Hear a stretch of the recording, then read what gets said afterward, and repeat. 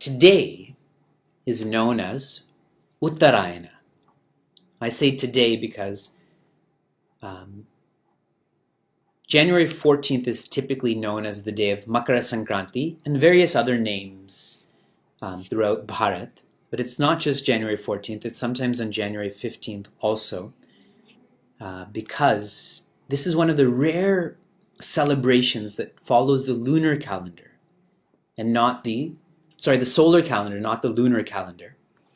But because of the solar calendar also changing, sometimes it happens to be January 15th. So we're in a period right now where the sun is going back towards us, or we're moving back towards the sun. It symbolizes the beginning of the harvest period. So that's at a very external sense. But it's not that. That's almost not anthropological, but that's geographical, and that's society-based. From a Vedantic perspective, Uttarayana means the path of light. This is greatly emphasized in chapter 8 of Srimad Bhagavad Gita, where Bhagavan Krishna says the one who follows the path of light, the one who dies while following the path of light, then that person goes to that light. But that light is not external, that light is internal. And he shares in the opposite, that the one who follows a path of darkness, the one who dies in the path of darkness, goes to that darkness. Darkness here means someone who lives for materials, pleasures, possessions, positions. There's darkness inside, there's darkness outside also. Light is someone who lives not for materials, but lives for meaning. Lives not for getting, but lives for giving. That person lives and goes to that peace. We are studying how to internalize not just Ramayana, but you see on different celebrations, different traditions, I keep trying to bring out the Vedantic meaning, the inner meaning for all of us. And Mother Parvati asked that question. She said, what does this mean? What does this mean? Bhagavan Shiva, why did this happen? Hopefully we too are becoming more inquisitive about all that we do, because the greater the meaning, the greater the, I'll use for alliteration, measurement, in the sense that the best in you is released. But when there's less meaning, there's less measurement. You don't grow. If we take this to our relationships, I've asked this of you many times, who are your friends? And now you're all looking around and smiling at each other. Yeah, we're all friends and so on. But if your friends are not helping you grow, then they're not your friends.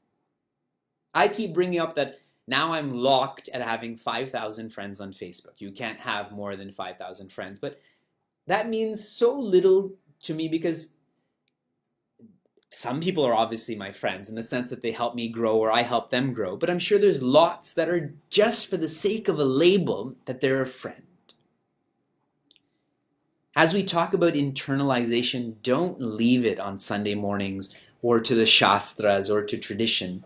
Go to your relationships. Go to every moment.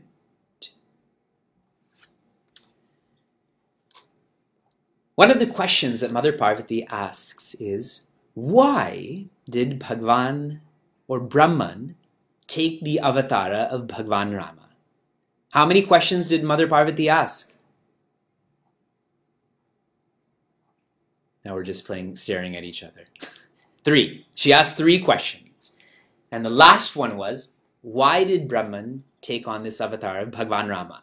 How many answers have I given you so far? How many answers has Goswamiji given you? I've narrated to you. We'll just go in order here. The first reason that Bhagwan Rama came to us was because Jaya and Vijaya also had come to us. Yes? Everyone's with me? Okay. The next, actually, you don't know about, or you may not know about. It's very briefly mentioned in Tulsidas Ji's Ramayana. There was a king named Jalandhara who was becoming very vicious, and Bhagwan had to defeat him, and then his wife became very hurt, and she cursed Bhagwan that he has to go through a worldly experience. So the second reason is Jalandhara. You don't need to know any meaning of that. That's just for your understanding the finer details of Ramayana.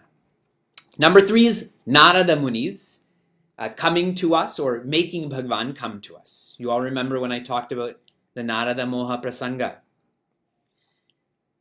And then last week I was elaborating on Manu and Shatarupa.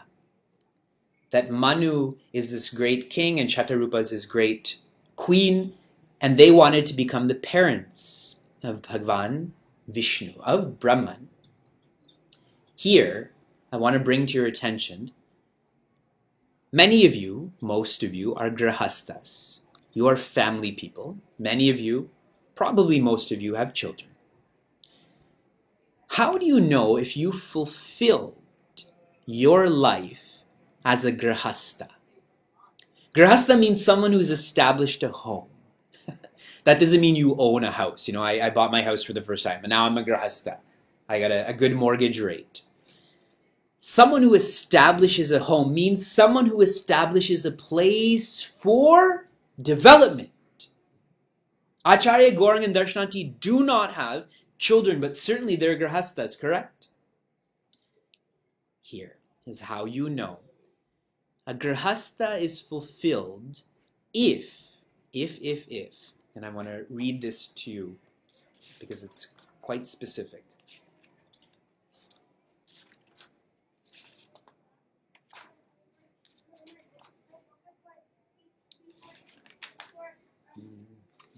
It's further ahead. This text is so large.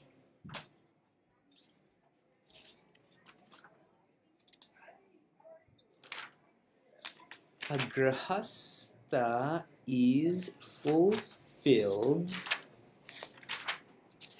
if they are a grahasta is fulfilled if Bhagwan is their child. Okay, the highest fulfillment of a householder is if they literally give birth to Bhagwan. So anyone in our Vedanta and Ramayana class, is your child literally Bhagwan? The first gauge of a grahasta who is fulfilled is if Bhagwan becomes their child. Number 2, the second, okay, this is coming down lower.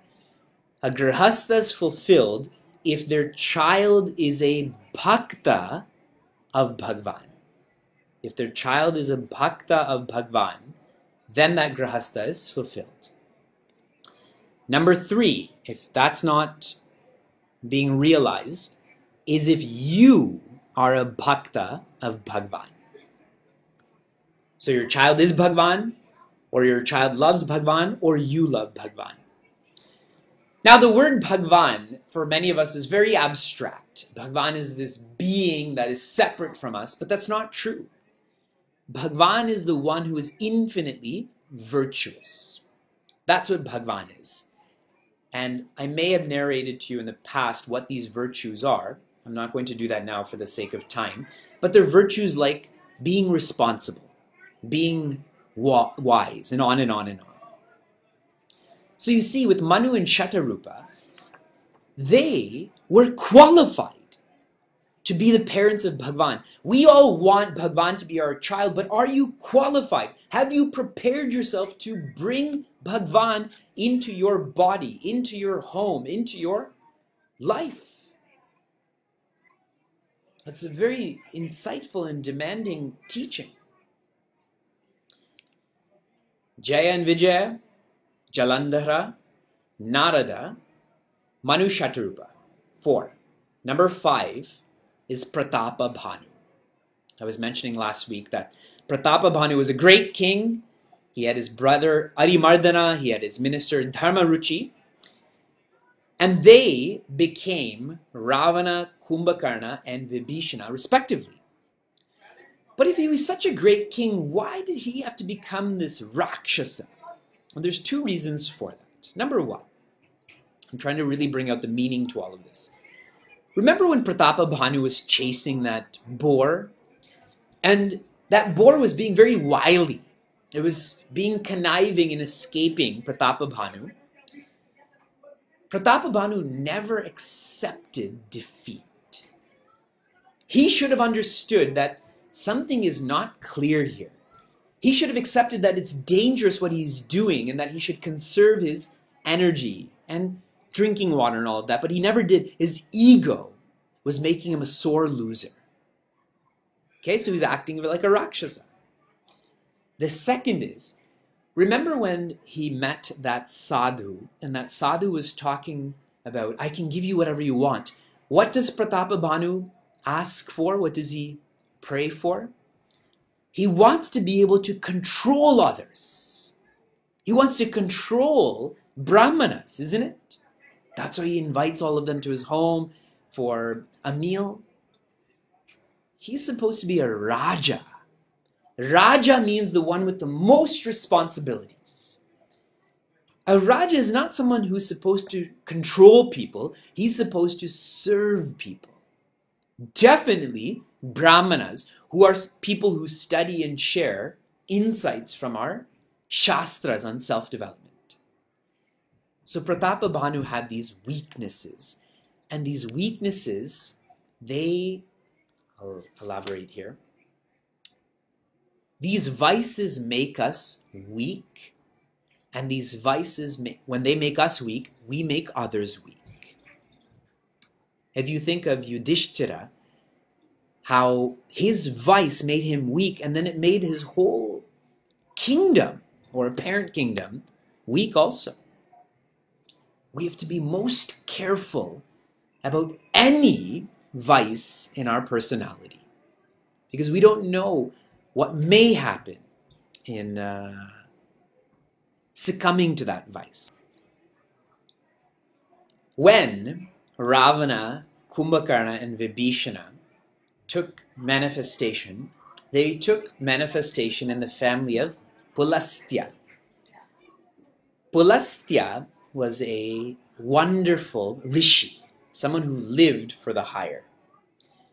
And these 3 were born into this lineage, and Ravana and Kumbhakarna turned out to be quite vicious. And that's why... Okay, sorry everyone, I got to a better network, so I'm just locked out of a room right now, so I'll take you for a tour of Chinmay Mission Houston, okay? You can open the door, I'll just show them Gurudev's Pratima. This is inside their center. Nice, no? That's the Pratima there. And I'm not going to show you this in too much detail, but in the back over there is their full mandir. So now the second session is starting, but I'm in an office and I'm going to continue with my class. Perfect, thank you. Anywhere is fine? Yeah. Yeah, perfect. And this is good. Okay. Hariom, thank you all.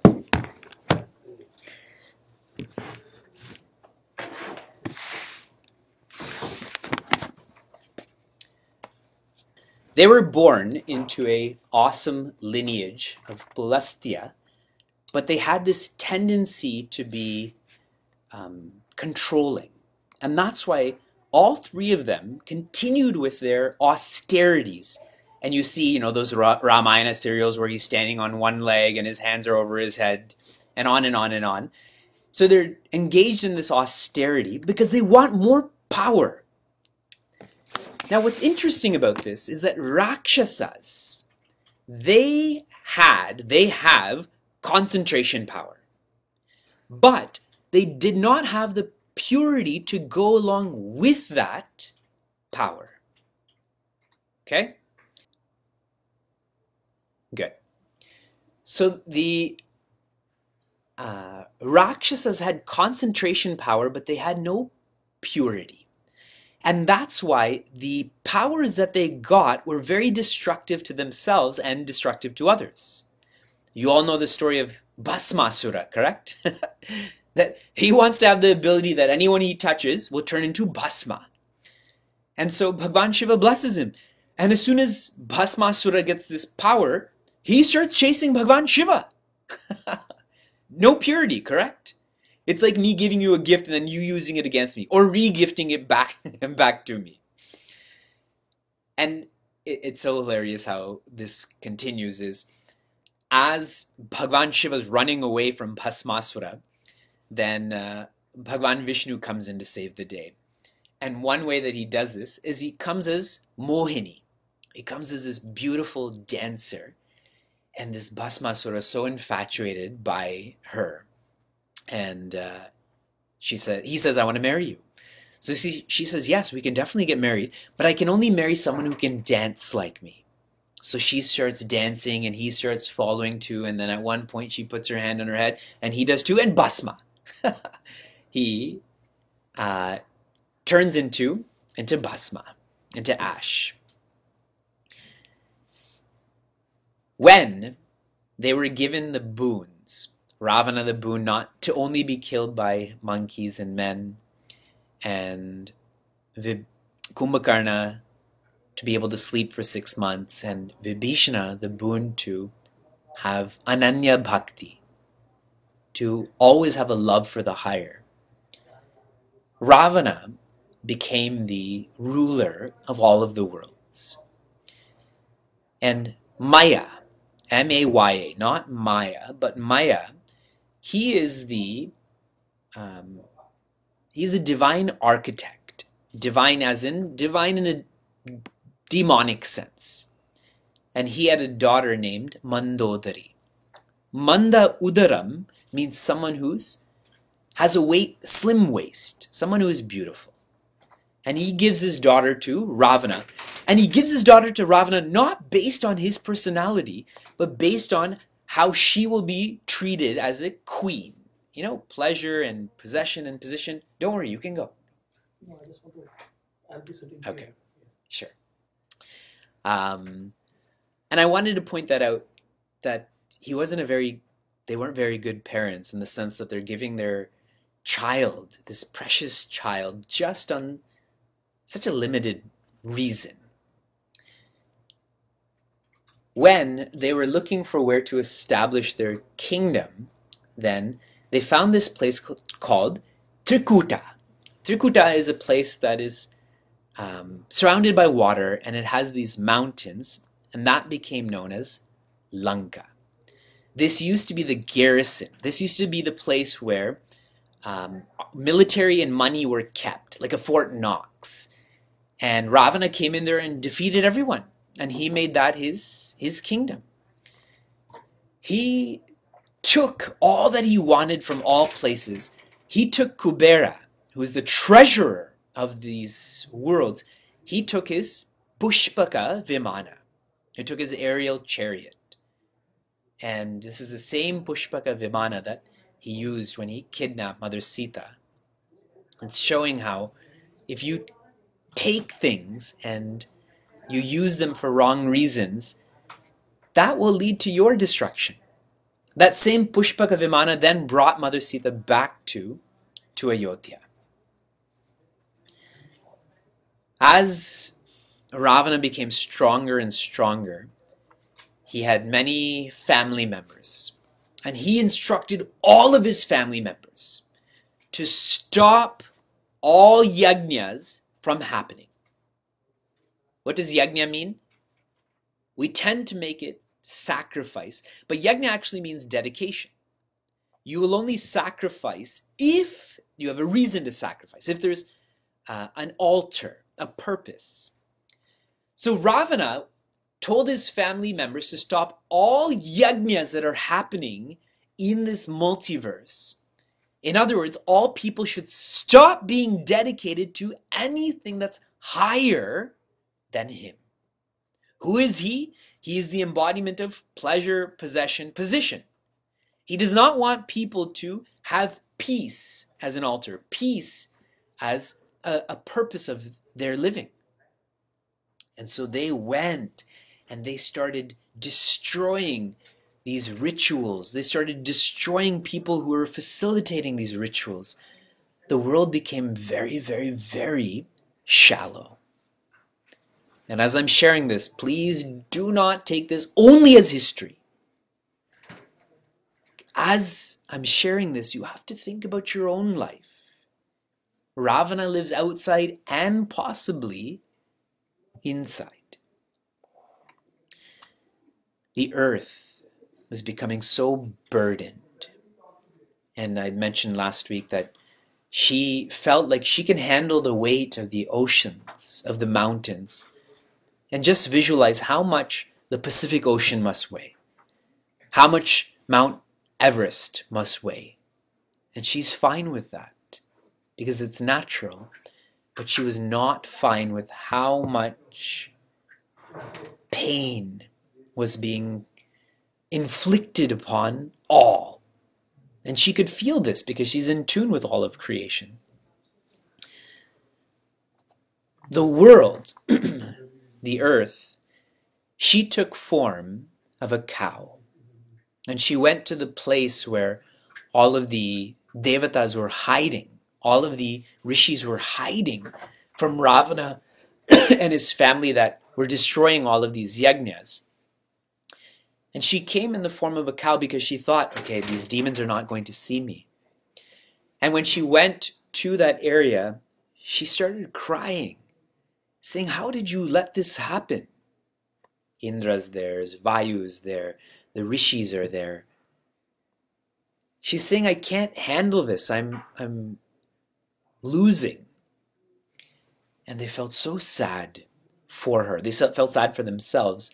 And even Lord Brahma, the creator of creation, he said, this is beyond me. And whenever it's beyond me, then we have to go to Bhagavan Vishnu. We have to go to Bhagavan Shiva. In this case, Bhagavan Vishnu, who's the preserver. We must go and pray to Bhagavan Vishnu to help us, to release this burden that the earth is feeling. And when they approach Bhagavan Vishnu, he, without even hearing the full prayer of everyone, says, I will come. Bhagavan Vishnu, even without hearing the full prayer, says, I'm coming. And in that moment, that cow that is Mother Earth, she stops crying. All of the devatas that are there, it's pointed out here, they left immediately. Instead of feeling grateful or expressing their gratitude, they just went back to their affairs. Instead of, reveling in the moment of being overwhelmed by appreciation. And Lord Brahma, he became very angry at them. He called them all back saying, the preserver of life is taking form to help all of us. You go help them too. And they understood that they were being very selfish. So they said, yes, we should also go. And so what had happened is the power of all of these devatas, they use this power to create beings with a similar power. Okay, so we start with Lord Brahma. Because the devatas, they all looked to Lord Brahma and said, fine, you want us to go, but what about you? You're supposed to be our leader. what are you doing? So Lord Brahma says that, I'm already there. Jambavan, he's already manifested. Even before Lord Rama's manifested, he's there for different yugas. So Lord Brahma says, I'm already there. Then Indra says, I will come. Indra came as Vali. And then Surya, he comes. He came as Sugriva. And Vayu, came partly as Hanumanji. And so all of these devatas are sending their powers, and monkeys are being manifested, and other animals are being manifested, and it's a very festive time. Hope. There is hope. And Bhagavan Shiva, he's seeing all of this from a distance, and he's not a devata. So it's like the president, I'm sure, can't just go, even though President Obama, I think, did go to baseball games, but he can't just go to a local grocery store. Suppose they're having a cheese tasting celebration at a Whole Foods, and so many of your neighborhood people are going. The president can't just show up and say, I want to try the cheese too. So as Lord Shiva is seeing all of this, he felt bad. And he looks to Mother Parvati, and she's so supportive. She says, you go too. And Lord Shiva said, I can't come as an equal. If Bhagavan Vishnu is coming as Nara, I can't come as Nara. So he came as Vanara. And Bhagavan Shiva manifested as Hanumanji. And all of these animals, they went to Kishkinda and they waited there. They waited there for Bhagavan Vishnu's incarnation. Okay, so we leave that story there, and now we go back to Manu and Shatarupa, who have now manifested as Raja Dashrata and Mother Kaushalya. And I have a whole lot to tell you, but today, because of our breakup, I will not be able to share fully. Next week I'll continue. Raja Dashrata first married Mother Kaushalya, and they never had children. So the next queen that came was Mother Sumitra. And who is the next queen? They are unnamed, but there's many other queens that also came. And then finally, the last queen was Mother Kaikeyi. She was the most young, she was the most beautiful, and so Raja Dashrata, who's getting older now, he has a special attraction to her. And none of these queens and Raja Dashrata were able to have children together. And he needed to have children because he's a king and that dynasty has to continue. He, after a long period of time in his incompleteness, approaches his Kulaguru, Rishi Vashishta, and says, you have to help. How can our dynasty go on? How can our home be complete without a child? And Rishi Vashishta says, okay, I will help. You should go to Rishi Shringa. Rishi Shringa will perform a ritual, a karma for you, and from that you will be blessed with children. And Raja Dashrata was overwhelmed by completeness. Now some Vedanta in all of this. Raja Dashrata and his queens were focused on pleasure, possession, position. And they had lots of that. But they were still incomplete, no? And finally, when they became desperate, right now in the discourse I was giving, I was sharing with everyone that people approach this class, they approach self-development out of two reasons. A small group of people approach out of inspiration, but the majority of people approach out of desperation. Raja Dashrata and his queens, they approached their guru out of desperation. And in that desperation, they weren't complete with the lower three P's, they wanted peace. And in their sincerity, they were all sincere beings. They were to be blessed with Lord Rama. See, Lord Rama's birth is symbolic of the realization that peace is important And if you make peace important, then peace starts to, you start to invoke it, you start to evoke it also. It's because of Lord Rama that the other brothers came too. So don't just take this as history. It's your story, his story, her story. You are the his and her. Now one more detail. Okay.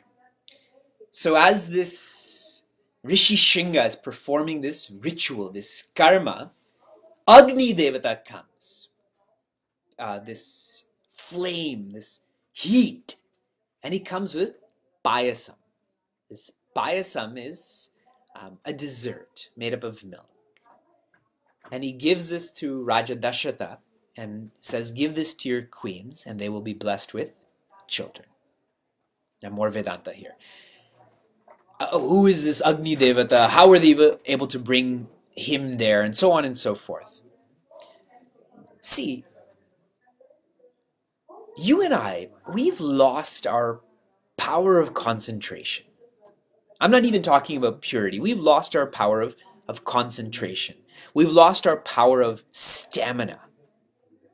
I meet so many young people. I engage in athletics with so many young people, and I don't want to say I'm so much older than them, but I am older than them. But they're always complaining about falling, or I need water, or it's too hot, or it's raining outside, we can't go outside, and so on. And I think, where's that tapas? Where's that discipline, that titiksha, that stamina? These beings like Rishi Shringa, Rishi Vashishta, they had so much concentration, they had so much purity that this multiverse would adapt to them, not the other way around. This is all possible. Paramahansa Yogananda has shared, if you speak the truth for 7 years, anything you say will become real. And so they were able to bring out Agni Devata. The fire should serve them. We too have to practice concentration, practice purity, and watch how you are able to contribute, serve. We all talk about being sevaks and sevikas. A true sevaka and sevika makes themselves stronger and stronger and stronger so they can give more. They invest in themselves to invest in serving. Raja Dashatha has this payasam and he's so excited to give it to his queens. And so he has this payasam and he divides it in half and gives that first half to Mother Kaushalya. She's the senior queen. Then he takes the other half and divides it into quarters. Please pay attention to these divisions because what you watch in Ramayana and what Goswamiji shares, I don't think they're aligned.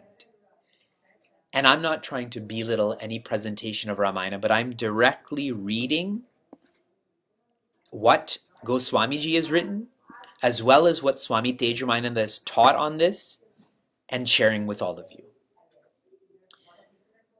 This last half was divided in quarters. And in Raja Dashatha's excitement, he gave 1 quarter to Mother Kaikeyi. She got the quarter. And then he had 1 quarter left and he felt very bad because Mother Sumitra should have been given a bigger share. But he was excited and so he didn't think properly. He didn't act properly. So the last quarter he gave back to, he divided that into eighths. He gave 1/8 to Mother Kaushalya and 1/8 to Mother Kaikeyi. And he said, you give this to Sumitra. In the sense that saying that you add your power and your blessings and give it to her. And so she got 2 1/8, which really is a quarter. So that's what you typically know. And from this payasam, born, and I'm only telling you in words now, because of our disruption today, we're not going to celebrate Bhagwan Rama's birth with festivity. Next week we'll do that. Mother Kaushalya gave birth to Bhagwan Rama. Is to give birth to Bhagwan Rama. Mother Kaikeyi is to give birth to Sri Bharata. And Mother Sumitra is to give birth to Sri Lakshmana and Sri Shatrughna. And when Sri Lakshmana and Sri Shatrughna were born, and as they became youth, she never forgot how Mother Kaushalya and Mother Kaikeyi gave her that payasam to have the experience of being a mother. So she said, this gift you gave to me, now I'm giving you this gift back in the form of Sri Lakshmana became a servant of Bhagwan Rama. And Sri Shatrughna became a servant of Sri Bharata. What humbling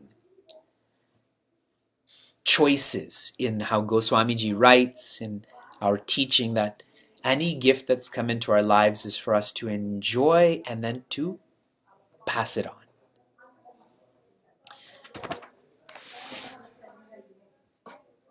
Mother Kaushalya symbolizes jnana. Mother Sumitra symbolizes bhakti. And Mother Kaikeyi symbolizes karma. Now you all know what happens in Ramayana.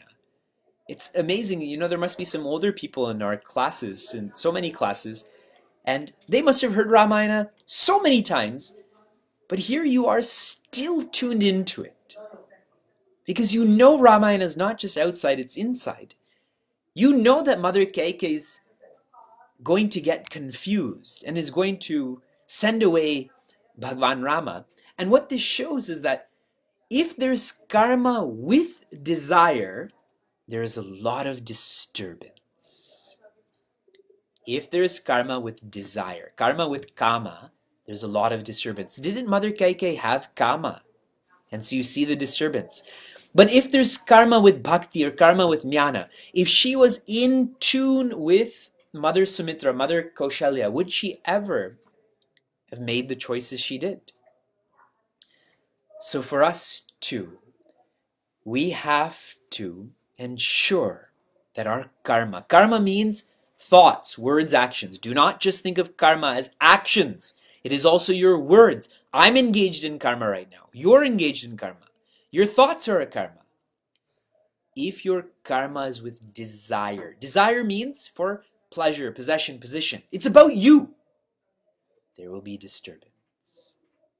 But if your karma is connected to devotion, connected to wisdom, that is the birth of Sri Rama, Sri Bharata. On Makara Sankranti, I want all of you to be that mothers, to give birth to Sri Rama, to Sri Bharata. The birth of Sri Rama is enlightenment. Just like the death of Bhishma's body, which happened today, is Videha Mukti. It is enlightenment without body. The birth of Lord Rama through our Vedanta and Ramayana course is the experience of enlightenment. Today, right now, commit. Another word for commit is take up the sankalpa. Forgive, awaken, serve. Forgive yourself for any indiscipline. That's the past. Awaken. Get up early every morning.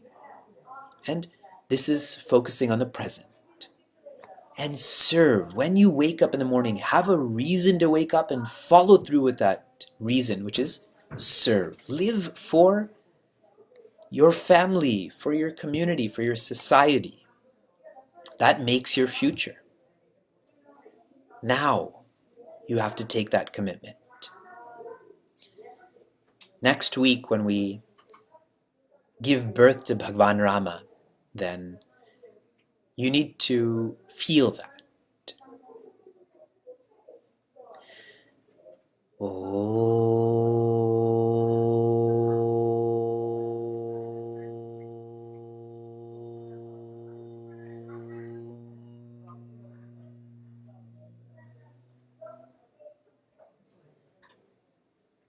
Narayana